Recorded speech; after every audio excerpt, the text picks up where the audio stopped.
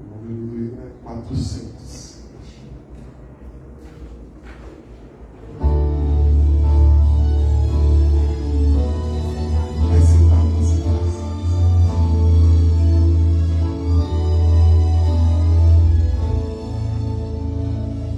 Semelhante a Jesus, é o que mais eu desejo na vida. Mais semelhante a Jesus, é a vontade sincera das vidas. Mais semelhante a Jesus, é o corpo de minha partida, para que nessa vida alegria e poder.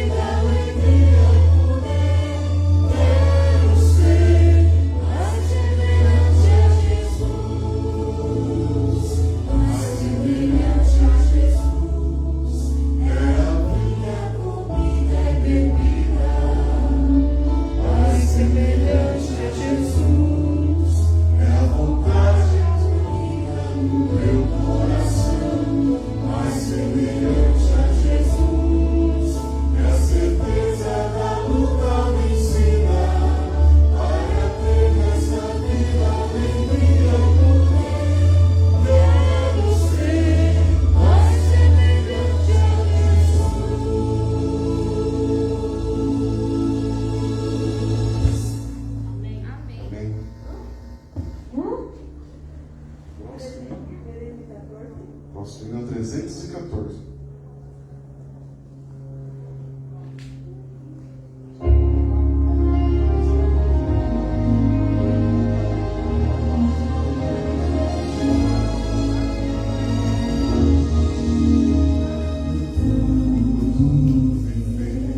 Só existe lugar para lugar de quem governa todo o céu.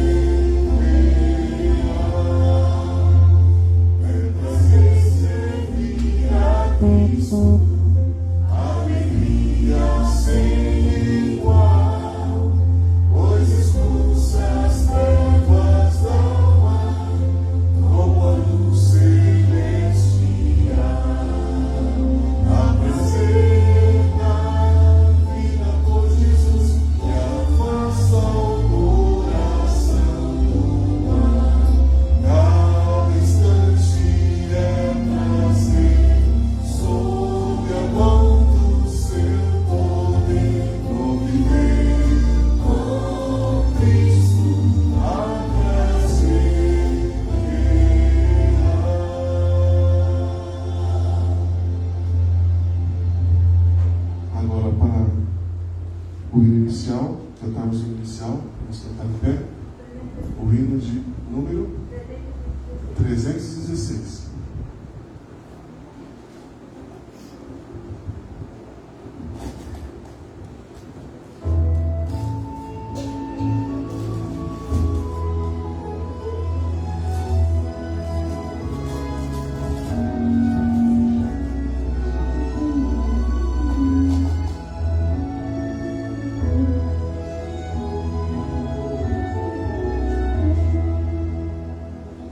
Achei um grande amigo, Jesus o Salvador. Contarei com grandes coisas fez por mim. Estando eu perdido, indigno pecador, resgatou-me agora, eu sirvo a Ele enfim. Em seu amor imenso, podem morrer na cruz, e o perdão dos meus pecados outornou.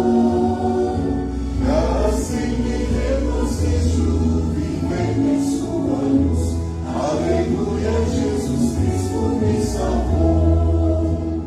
Por esse grande amigo, desejo aqui viver, e com Ele sempre estar em comunhão. Servi-lo fielmente, seguindo o seu querer.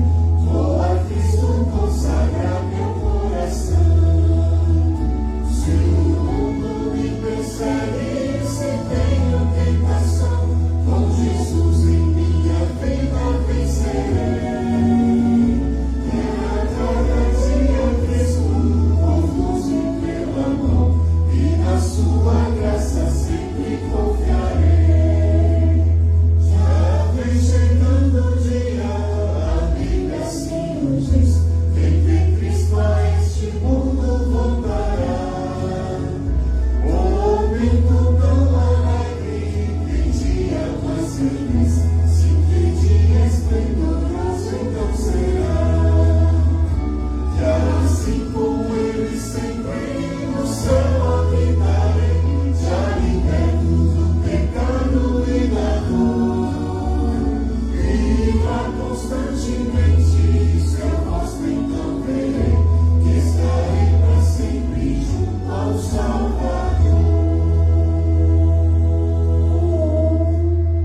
Amém. Com esse pensamento de louvor e gratidão a Deus, vamos nos colocar de joelhos.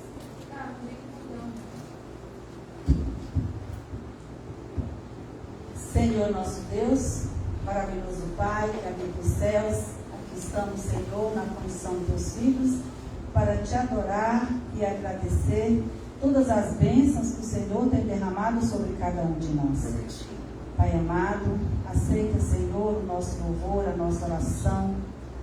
Nós te pedimos humildemente em perdão dos nossos pecados, que os teus santos anjos estejam aqui conosco, que o Espírito Santo, Pai, esteja hoje ministrando na mente da Isabelle e ela traga uma mensagem sobre esse assunto tão maravilhoso para a nossa vida espiritual, que é o discipulado. Que todos nós, Senhor, estejamos aqui com o nosso coração aberto para receber essa mensagem e assim compartilhar, Pai, para aqueles que ainda não te conhecem. De amor, nós suplicamos essas bênçãos em nome de Jesus. Amém, Senhor.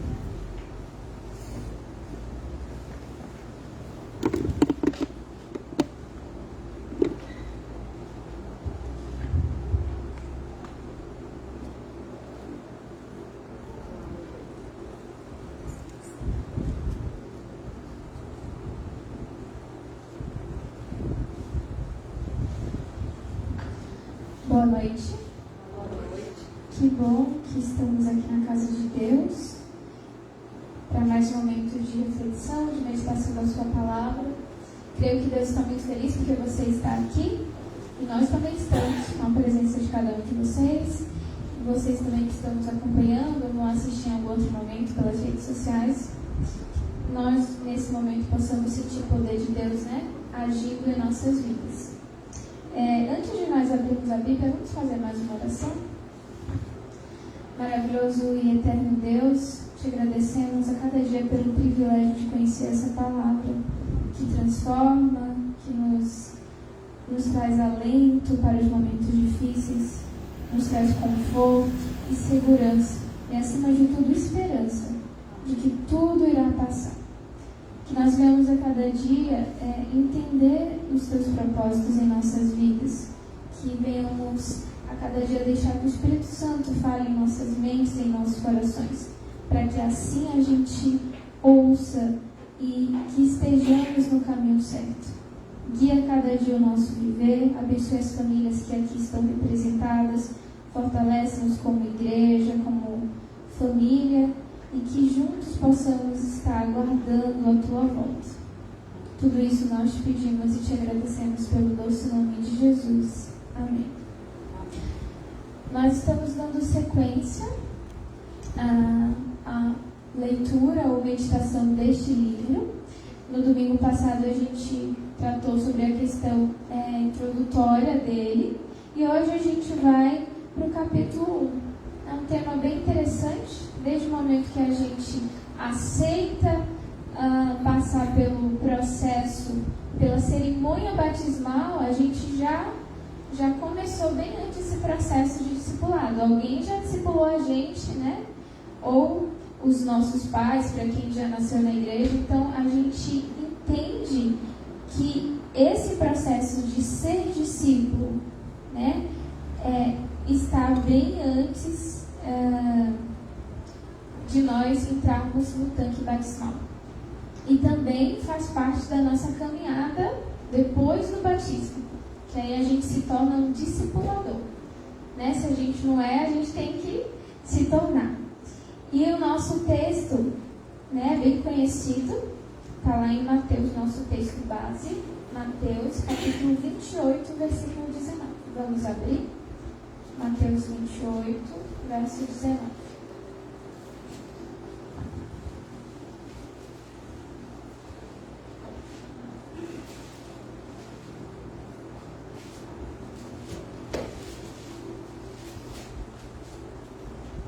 Diz assim: Ide, portanto, fazei discípulos de todas as nações, batizando-os em nome do Pai, do Filho e do Espírito Santo.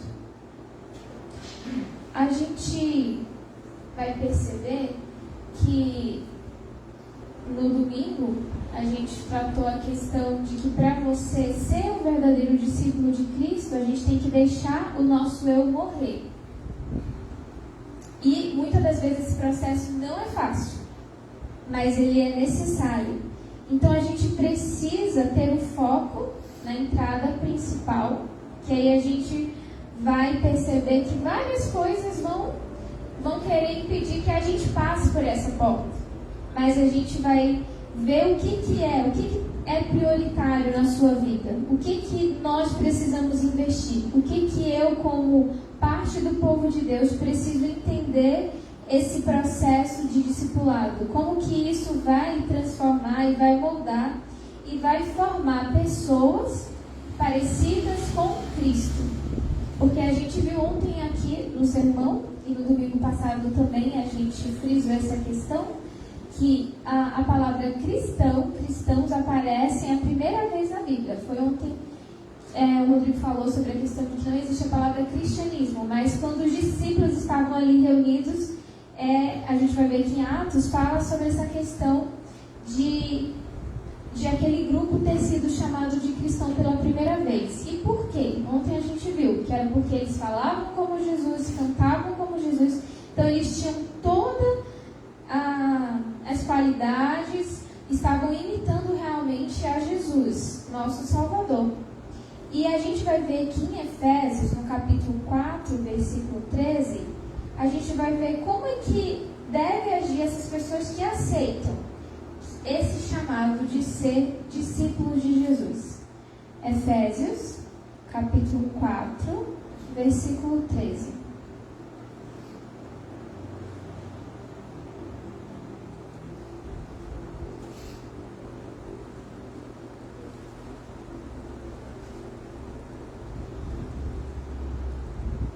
Vamos ler o 7 também. Vamos ler o versículo 4, capítulo 4, versículo 7. Olha o que diz. E a graça foi concedida a cada um de nós segundo a proporção do dom de Cristo. Por isso diz, quando ele subiu às alturas, levou cativo o cativeiro e concedeu dons aos homens. Ora, que quer dizer subiu, senão que também havia descido até as regiões interiores da terra? Aquele que desceu é também o mesmo que subiu acima de todos os céus, para encher todas as coisas. E ele mesmo concedeu uns para apóstolos, outros para profetas, outros para evangelistas e outros para pastores e mestres, com vistas ao aperfeiçoamento dos santos para o desempenho do seu serviço, para a edificação do corpo de Cristo, até que todos cheguemos à unidade da fé e do pleno conhecimento do Filho de Deus, a perfeita varonilidade, à medida da estatura da plenitude de Cristo. Então a gente percebeu aqui que todos nós recebemos dons de Deus e nós precisamos usá-lo. Então, a falta de discipulado, esse livro ele trata muito a questão de nós como igreja, como líderes. Como é que está o nosso compromisso? Aqui, esse texto, ele toca muito na questão do descompromisso. E é uma questão que preocupa bastante o pastor que escreveu este livro. A igreja sem discipulado, ela estagna. E o crescimento qualitativo, quantitativo, ele compromete o reino de Deus. Não significa que a gente tem que fazer evangelismos e batizar todo mundo, né? Mas a gente precisa estar comprometido. E a gente vai enumerar aqui vários princípios e motivos pelos quais o discipulado ele deve ser mais estudado e praticado entre nós adventistas. E o primeiro, o título é Indo. O primeiro motivo para a valorização do discipulado sobre a responsabilidade que Cristo exige é muito simples, na pregação do Evangelho. Então ele vai dizer que fazer discípulos não é uma opção que podemos escolher dentre várias outras que existem. A gente precisa ir. E é um sonho de Deus para a sua igreja, é um mandamento dado para os crentes, aqueles que estão convertidos e estão dispostos a viver no tempo do fim. E o único meio para tornar possível esse cumprimento da missão é que esse evangelho seja pregado a todo mundo, né? E aí a gente sabe que lá em Mateus 24 fala isso, né? Que esse evangelho será pregado, né? E todas as nações saberão, e então virá o fim. Mas para que isso aconteça, para que eu esteja habituado, para que eu esteja de coração aberto para negar as minhas vontades, negar o meu eu, a gente tem que abrir mão de várias coisas. E às vezes a gente até tenta fazer a coisa certa, mas eu vou à igreja, mas eu tiro tempo para falar com Deus, mas eu dou meu dízimo. Às vezes a gente faz a coisa certa, legítima, né? Mas às vezes o nosso ego ali, ele impede que a gente vá, esse ide, porque a gente precisa abrir mão de qualquer benefício. A gente precisa abnegar muitas coisas. Não é uma abnegação de martirização, tipo assim, porque tem muita gente que pensa, eu sou cristão agora, eu sou adventista, eu tenho que negar tudo e pegar a minha cruz, assim como Jesus pegou a sua cruz, e muita gente vê como algo chato. Não é isso. Não é isso. Aqui está dizendo que tem que ser algo feliz, alegre, porque essa conversão ela precisa ser real, mas ela está ligada intimamente ao sacrifício que eu e você precisamos fazer. E qualquer pessoa que não tenha experimentado a morte de si mesma não pode se qualificar como elo legítimo no processo de discipulado, porque é incapaz de reproduzir. Jesus ensinou: se o grão de trigo não cair na terra e não morrer, continuará ele só, mas se morrer, dará muito fruto.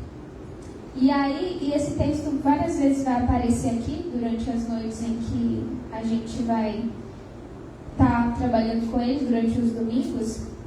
E a gente falou sobre isso no domingo passado também.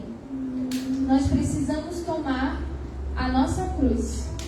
Não é aquele sofrimento habitual que a gente tem já da vida de pecado que a gente enfrenta aqui.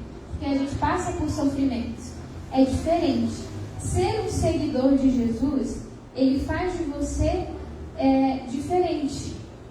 E às vezes o seu sofrimento vai ser bem mais do que aquele habitual. Mas a gente tem uma promessa de que tudo isso vai passar. E a Bíblia é muito clara quando ela nos traz exemplos de quando Jesus estava aqui na terra. E a gente vai ver um texto bem interessante que está lá em Marcos, no capítulo 8, versos 31 a 38.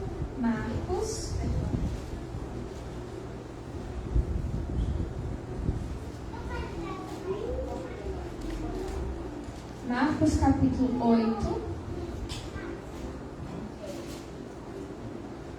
versos 31 a 38.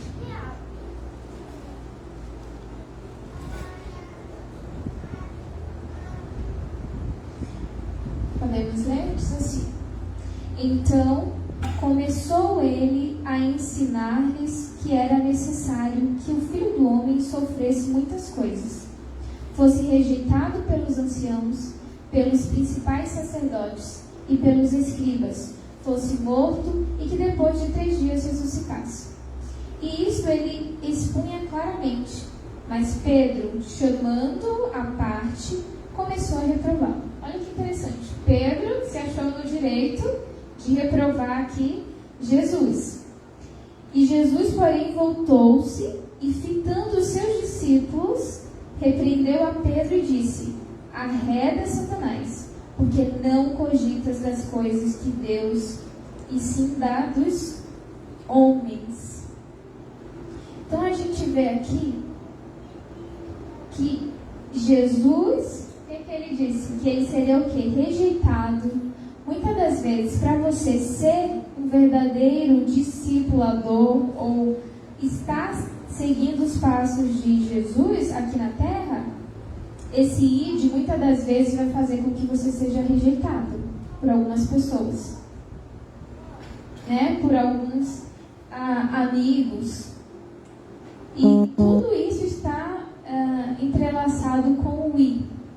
E ainda mais fazer. O verbo fazer, né, de Mateus, que a gente já começou a ler, é o único que está no imperativo. E ele pode ser interpretado como uma orientação, uma ordem, apesar do contexto apontar para uma explicação de como deve ser realizado, né, a grande comissão. E muitas das vezes a gente tenta esconder a letargia espiritual e a falta de compromisso que a igreja passa. E é isso que a mensagem também quer chamar a nossa atenção. A recomendação do discipulado dada por Jesus Cristo. E essa é uma parte complicada e fiel da grande e difícil da grande comissão. Para um discipulador fazer discípulos, ele exige sacrifício, como a gente já viu aqui. Se Jesus foi rejeitado, imagine você, nós também seremos, né, rejeitados. E a gente viu que muitos discípulos de Jesus foram o quê? Mortos, né? Muitos até crucificados de cabeça para baixo. Então, assim, Deus, a todo momento, Ele está do nosso lado, nos encorajando e esperando que nós façamos e reflitamos verdadeiramente, né? Que a gente também, que a nossa vida reflita verdadeiramente o caráter de Jesus. Em Mateus, no capítulo 5, vamos ler Mateus 5, versos de 1 a 15.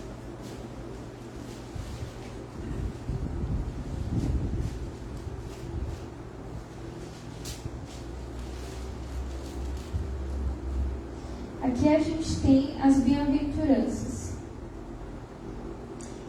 E vamos ler. Vendo Jesus as multidões, subiu ao monte e, como se assentasse, aproximaram-se os seus discípulos. E ele passou a ensiná-los, dizendo: Bem-aventurados os humildes de espírito, porque deles é o reino dos céus. Bem-aventurados os que choram, porque serão consolados. Bem-aventurados os mansos, porque herdarão a terra. Bem-aventurados os que têm fome e sede de justiça, porque serão fartos.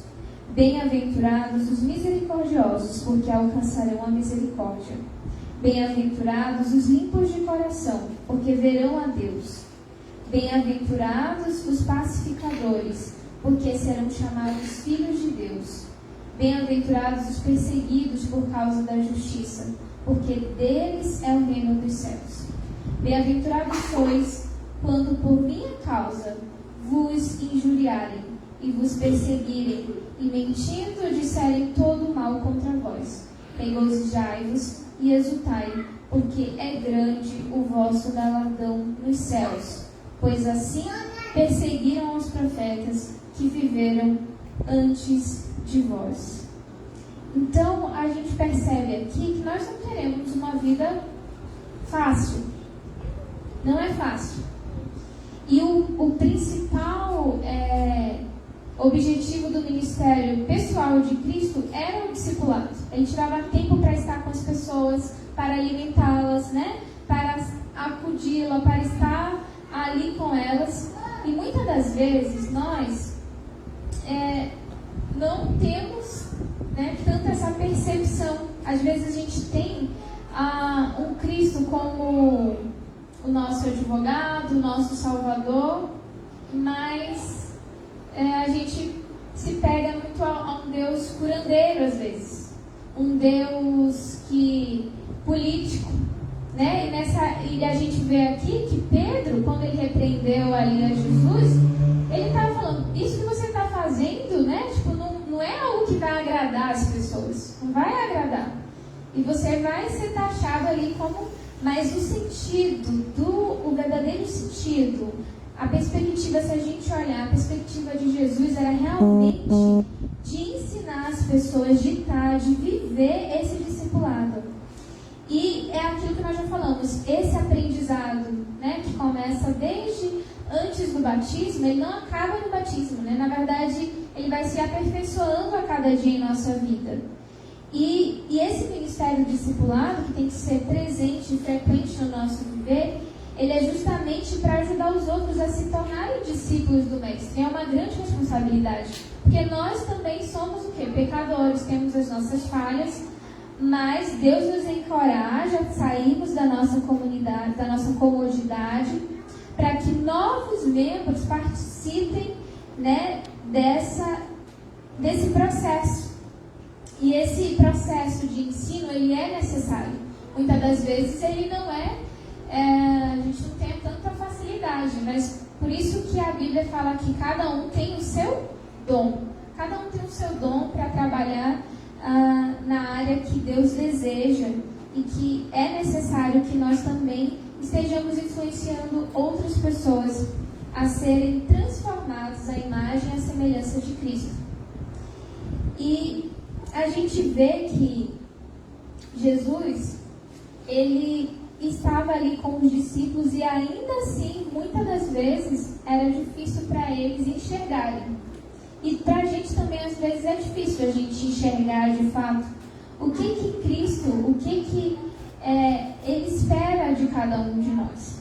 A gente vai ver um texto bem interessante, eu acho muito forte essa mensagem, inclusive, lá em João, no capítulo 15, versículo 20.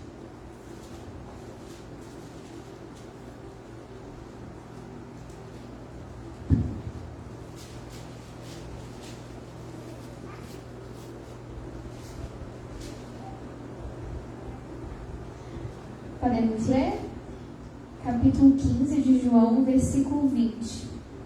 Diz assim: Lembrai-vos da palavra que eu vos disse: não é o servo maior do que o seu senhor. Se me perseguiram a mim, também perseguirão a vós outros. Se guardaram a minha palavra, também guardarão a vós.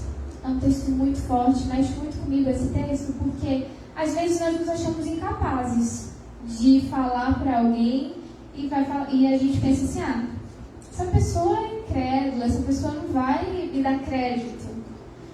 Mas a palavra é de Deus e ela ressignifica tudo na nossa vida.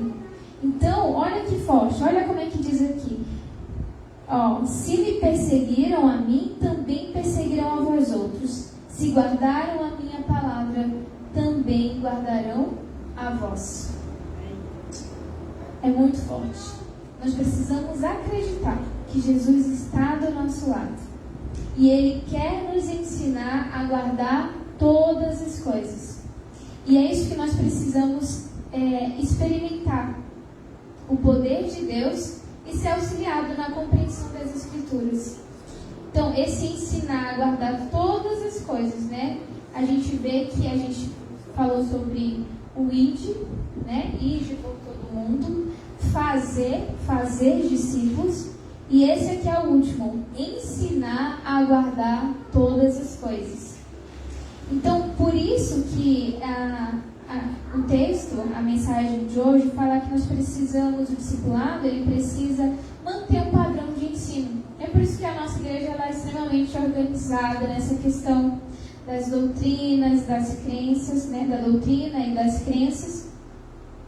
Nós temos um tema de ensino e ele se torna muito exato, né, ele é profundo sobre a palavra de Deus, conforme que ela é apresentada, a forma que ela é apresentada, né? A gente tem mecanismos e metodologias para engajar isso. E a gente precisa de fato mergulhar e estudar nesse sentido para que a gente ministre e fale fundamentado na palavra de Deus e sobretudo na mensagem do Apocalipse. Nós sabemos que é uma missão muito importante para o povo de Deus nesses dias finais. Então a gente precisa realmente tirar tempo para falar, para apressar a volta de Jesus. Porque só assim as pessoas terão de fato um encontro real com Cristo e chegarão ao batismo. Chegarão no tanque batismal tendo compreensão e clareza de que elas tomaram a decisão certa e de que elas não estão ali só para tomar um banho, mas sim que elas estão ali decidindo colocar Cristo em primeiro lugar em suas vidas. E esse batismo pela água é uma reconstituição do batismo pelo Espírito. Então, identifica aqui a necessidade do crente com a morte. Em algum momento, a gente vai morrer, ou para o nosso eu, né? Ou a gente vai morrer para as coisas de Deus. Mas o ideal é que nós morramos para as coisas desse mundo, que tenhamos clareza de que precisamos tomar a nossa cruz também, né? Porque cruz, se a gente pensar, muitas das vezes a gente só pensa como algo ruim, né? Porque ela leva à morte, mas a gente precisa tomar realmente a nossa cruz para a morte das coisas que não agradam a Deus. Então a gente já viu que é uma responsabilidade de cada um de nós e ela está direta e indiretamente no nosso propósito de falar, de encontrar pessoas interessadas em conhecer a palavra de Deus. E aí sim, essas pessoas terão um verdadeiro encontro com Deus e isso precisa ser a cada dia. A gente sabe que a cada dia a gente dá um passo, né, de amadurecimento no conceito espiritual, no conceito do discipulado. E Deus, Ele quer que nós tenhamos esse compromisso. E esse processo de crescimento, ele precisa alcançar uma unidade de fé. E para isso a gente precisa estar engajado, né, na plenitude de Cristo realmente. E aqui conta que o início da igreja cristã é uma prova concreta de que o discipulado é algo que funciona. Né? A gente sabe quantas pessoas morreram ali naqueles Alpes, né? Quantas pessoas ali entregaram a sua vida para que hoje nós tivéssemos a Bíblia aqui. Quantas pessoas guardavam né, folhas nas suas roupas para que esse processo do discipulado se tornasse algo exemplar para cada um de nós. Então a igreja é o local que vivencia o discipulado e nós precisamos estar focados na missão. O trabalho ele é integral e a obra do Senhor se desenvolve de maneira coesa, relevante e consistente. Então a gente vê aqui a necessidade do adventismo contemporâneo. E o pastor aqui ele cita vários pontos que nós como igreja precisamos ter clareza e voltar de fato às origens. Ele coloca aqui como se fosse as origens. Então uma problemática que nós temos de que viver o discipulado ele é crucial. E para que nós tenhamos esse crescimento enquanto indivíduos, o objetivo é o quê? Nós nos auxiliarmos, nós estarmos unidos, como aqui ele vai dizer que aplicar o método de Cristo e o evangelho da amizade nos relacionamentos tem que ser algo realmente que parta de cada um de nós. Deus confiou que nós pudéssemos fazer esse trabalho. E muitas das vezes a gente tem se deixado levar pelo alto índice de apostasia, a gente percebe como que nós estamos nos distanciando disso. Então ele coloca aqui que a gente tem muitos adoradores e poucos proclamadores. Porque é muito fácil eu vir aqui à igreja, eu adorar a Deus, né? Mas é muito difícil eu sair e proclamar, eu tirar um tempo para falar para as outras pessoas sobre o amor de Deus, principalmente no contexto que a gente vive. Então, tem muitos que vêm, aqui ele diz, membros que comparecem ao templo só para ouvir sermões. Né? A gente já, no domingo passado, a gente enumerou 3 pontos sobre essa questão. Então, muitos desconhecem os dons espirituais, muitos, essa frieza, o desânimo, a acomodação nas congregações. Fala também de muitos pastores e líderes e membros com experiência denominacional, mas sem experiência real com Deus. Então, que nós tenhamos a cada dia clareza e pedir para que Deus coloque em nosso coração o método que Jesus ordenou que nós usássemos, né? Porque a gente sabe que Deus a cada dia está no controle desta terra. Embora pareça difícil, diante de tantas coisas que acontecem, de tantas tragédias, de tantos acontecimentos que mexem com o nosso interior, e às vezes a gente fica pensando, será que esse mundo ainda tem jeito? Tem muita gente que pensa, eu estava lá no Pará agora quando eu fui de férias, lá é muito quente, vocês estão vendo que aqui é quente, lá é muito mais, estava muito quente. E aí eu estava conversando com uma amiga e eu fiquei pensando, quanto tempo a Terra aguenta? Com esse calor que tá... Você não tem... Eu fiquei pensando assim, gente, não tem pra onde a gente ir, o ar-condicionado tá ligado, tá tudo ligado, mas tá muito quente. Então, você fica vendo, estamos muito perto do fim. A Terra não aguenta mais, a natureza não aguenta mais. Nós não temos pra onde correr. E muitas das vezes, a gente faz planos daqui a 20, 30, 40 anos, corre atrás de tesouros terrenos, de coisas que não nos levarão para lugar nenhum. Não significa que a gente não tem que planejar o nosso dia a dia, não temos que trabalhar, mas a gente a cada dia tem que estar atento à voz de Deus. O que Deus tem falado para você? E o apelo desta noite, ele fala que nós precisamos ser um verdadeiro cristão, trabalhar para Deus, não por impulso, mas por princípio, não por um dia ou um mês, mas por toda a nossa vida. Eu estava pensando, quando eu estava vindo para cá, e eu mandei para a Débora, não sei se ela viu no WhatsApp um vídeo, você colocou aí na tela,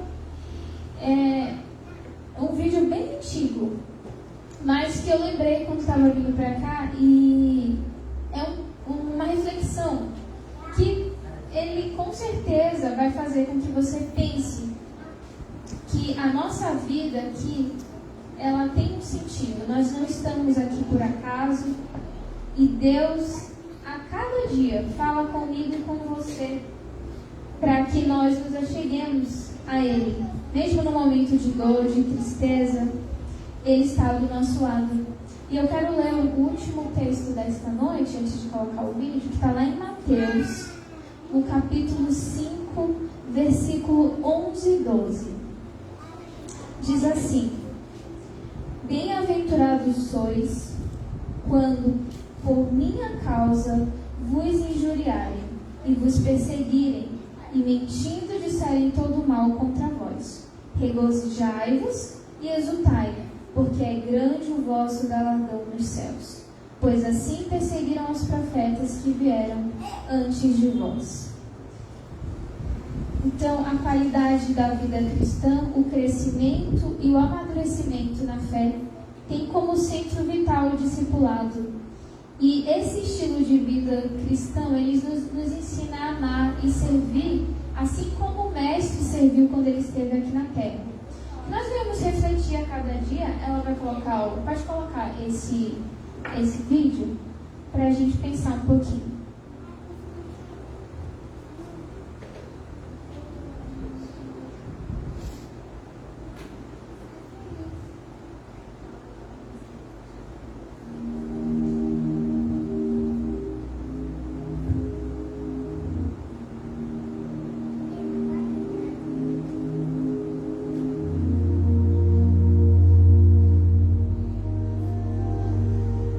Você diz que nunca irá se lembrar onde estava quando ouviu as notícias de 11 de setembro de 2001. Mas eu não posso esquecer aqueles rostos.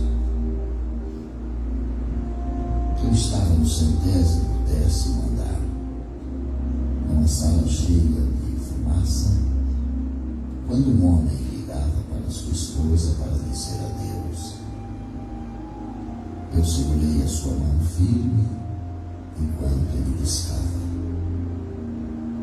Eu lhe dei a paz para dizer: querida, eu não irei sobreviver, mas está tudo bem, estou pronto para ir. Eu estava com a sua esposa quando ele ligou, enquanto ela servia o café da manhã para as crianças.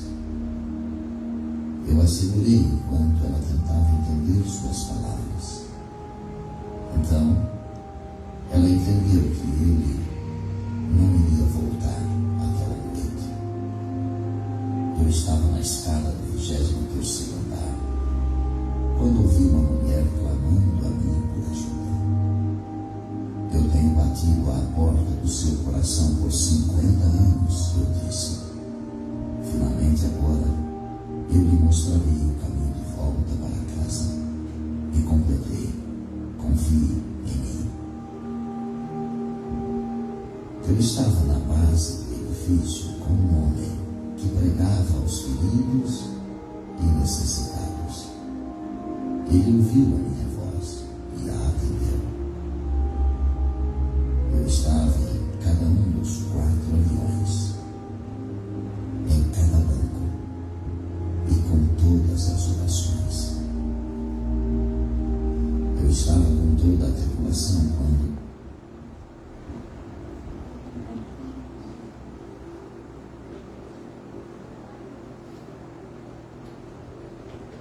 eles foram sequestrados. Eu estava em cada coração confiante ali, confortando e assegurando-lhes que, por sua fé, estavam salvos. Eu estava também no Texas, em Kansas, em Londres, em São Paulo. Eu estava ao seu lado quando você o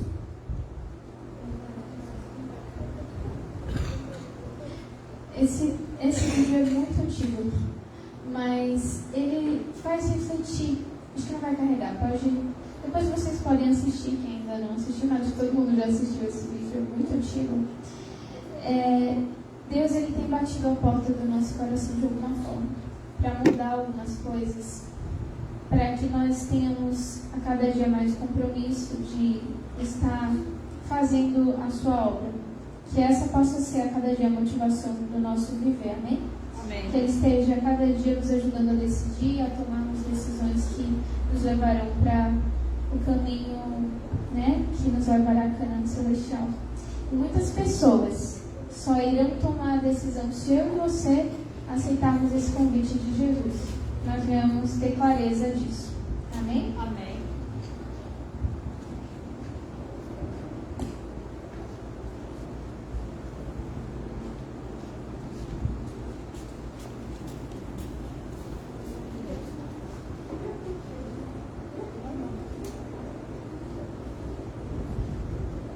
Para finalizarmos, vamos cantar o hino 394.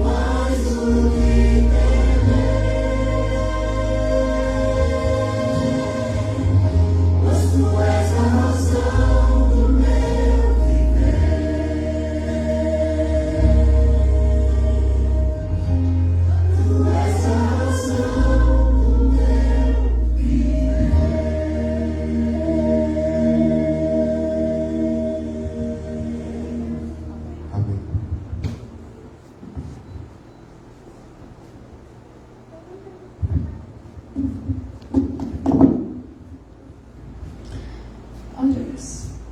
Querido Deus, ajuda-nos a reconhecermos que Tu és a razão do nosso viver. Nós vamos a cada dia te dar tempo para meditar, para te buscar, para que haja realmente um reavivamento em nossa vida, que venhamos entender que precisamos ser verdadeiros discípulos Teus. Ajude-nos a cada dia a tirar tudo aquilo que impede, tudo que está na passagem, que nós venhamos chegar à porta de encontro contigo, a porta onde há reavivamento, onde há mudanças e que o nosso eu fique para trás. Que as nossas vontades possam ser negadas e nós só conseguiremos se estivermos juntos contigo, de mãos dadas, Senhor. Nos concede uma semana em paz, tranquila, e que mesmo que venhamos passar por dificuldades, situações adversas, que possamos ter a segurança e a confiança de que o Senhor está ao nosso lado. Que os teus santos anjos nos acompanhem agora ao retornarmos aos nossos lares e que tenhamos uma noite de descanso feliz. Abençoe aqueles que aqui chegaram e aqueles também que não puderam vir, o Senhor sabe o motivo, Senhor. Tudo isso nós te pedimos, já te agradecemos pelo doce nome de Jesus. Amém.